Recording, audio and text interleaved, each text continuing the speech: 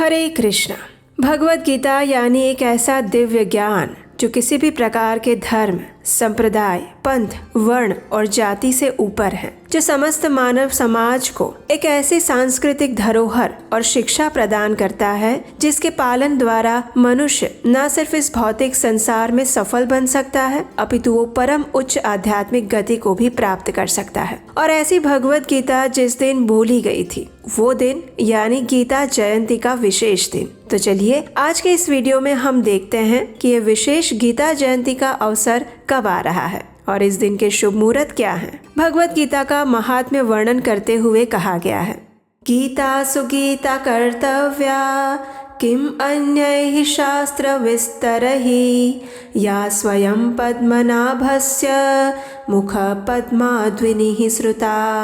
अर्थात भगवत गीता चूंकि स्वयं भगवान के मुख से निकली है, इसलिए मनुष्य को किसी अन्य वैदिक साहित्य को पढ़ने की आवश्यकता नहीं है। उसे मात्र भगवत गीता को ही ध्यान से और मनोयोग पूर्वक पढ़ना और सुनना चाहिए। गीता महात्म्य का ये चौथा श्लोक इस बात की पुष्टि करता है कि वर्तमान समय में मनुष्य अपने दिन प्रतिदिन कार्यों में इतना व्यस्त रहता है कि उसके लिए सभी शास्त्र, वेद, पुराण और उपनिषद पढ़ना संभव नहीं है और देखा जाए तो इसकी आवश्यकता भी नहीं है, क्योंकि भगवत गीता सभी शास्त्रों का सार है और उसका प्रवचन स्वयं भगवान श्री पद्मनाभ ने किया है। आज से 5500 वर्ष पूर्व भारतवर्ष की पवित्र भूमि पर धर्म क्षेत्र कुरुक्षेत्र में परम भगवान श्री कृष्ण ने अपने प्रिय सखा अर्जुन को एक दिव्य उपदेश दिया था। एक ऐसा उपदेश जिसने संपूर्ण मानव समाज को एक नई दिशा और ज्ञान प्रदान किया। भगवान श्री कृष्ण द्वारा दिया गया एक ऐसा उपहार जो भगवान की ही तरह नित्य नूतन है। जितनी बार उसका श्रवण और अध्ययन किया जाए उतनी ही बार वो एक नई शिक्षा हमें प्रदान करता है। एक ऐसा उपदेश जिसमें संपूर्ण ब्रह्मांड की प्रत्येक समस्या का समाधान है और जो इतने वर्षों बाद भी उतना ही प्रासंगिक और उपयोगी है जितना वो उस समय में था। और ये उपदेश यानी भगवत गीता का ग्रंथ। और जिस दिन ये भगवत गीता भगवान श्री कृष्ण द्वारा अर्जुन को बोली गई थी वो दिन यानी मार्गशीर्ष मास के शुक्ल पक्ष की एकादशी तिथि। इस दिन को भगवत गीता के प्राकट्य दिवस के रूप में भी मनाया जाता है और इसीलिए उसे गीता जयंती के नाम से हम जानते हैं। और इस वर्ष ये दिन आ रहा है 11 दिसंबर 2024 बुधवार के दिन और इसी दिन मोक्षदा एकादशी भी है। इस दिन प्रातः ब्रह्म मुहूर्त का समय रहेगा 5:38 और सूर्योदय होगा 7:14 पर। अगर आप इस गीता जयंती के अवसर पर प्रातः काल में भगवत गीता की पूजा अर्चना या फिर यज्ञ करना चाहते हैं तो उसका शुभ मुहूर्त रहेगा प्रातः 5:38 से लेकर 7:14 के बीच में। और अगर संध्या काल में आप भगवत गीता की पूजा, यज्ञ इत्यादि करना चाहते हैं तो उसका समय रहेगा शाम 5:08 से लेकर 6:26 के बीच में।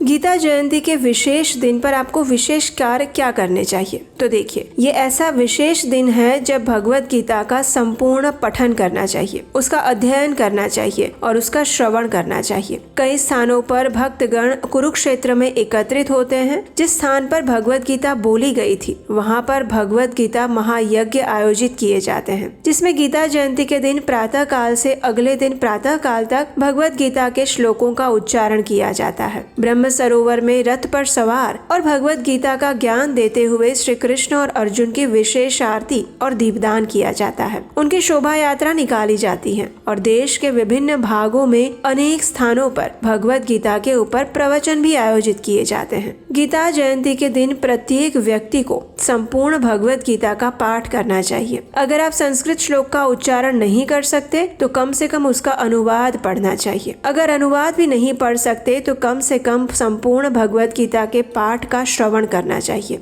इस दिन इस्कॉन के प्रत्येक मंदिरों में भगवत गीता महायज्ञ आयोजित होता है, जिसमें संपूर्ण भगवत गीता का पाठ किया जाता है। आप वहां पर उस दिन उस समय में मंदिर में जाकर भी संपूर्ण भगवत गीता का पाठ सुन सकते हैं। इस दिन भगवत गीता का तुला दान दिया जाता है। कम से कम एक भगवत गीता इस दिन किसी को भेंट में देनी चाहिए। अगर आप चाहें तो आप अपने मित्रों और परिवारजनों को इस दिन भगवत गीता उपहार स्वरूप में दे सकते हैं। गीता जयंती के दिन भगवत गीता का प्रचार करने के लिए भी दान देना चाहिए। इस दिन दिया गया दान अत्यंत पुण्य फल प्रदान करने वाला माना गया है और जैसा कि आप सब जानते हैं, हम अपने उपदेशाष्टकम चैनल पर इस भगवत गीता के और श्रीमद् भागवतम के ज्ञान का प्रमाणभूत प्रचार प्रसार करने का प्रयास कर रहे हैं। तो इस गीता जयंती के विशेष उपलक्ष्य पर अगर आप हमें इस भगवत गीता और सनातन धर्म के वैदिक ज्ञान को आगे बढ़ाने में सहायता करना चाहते हैं तो स्क्रीन पर दिए गए नंबर पर आप हमें इसके लिए अपना आर्थिक योगदान भी भेज सकते हैं। और हम आपको विश्वास दिलाते हैं कि आपके द्वारा भेजा गया आर्थिक सहयोग मात्र और मात्र वैदिक सनातन धर्म की प्रमाणभूत शिक्षाओं का प्रचार करने के लिए ही उपयोग में लिया जाता है और किसी भी निजी स्वार्थ के लिए नहीं।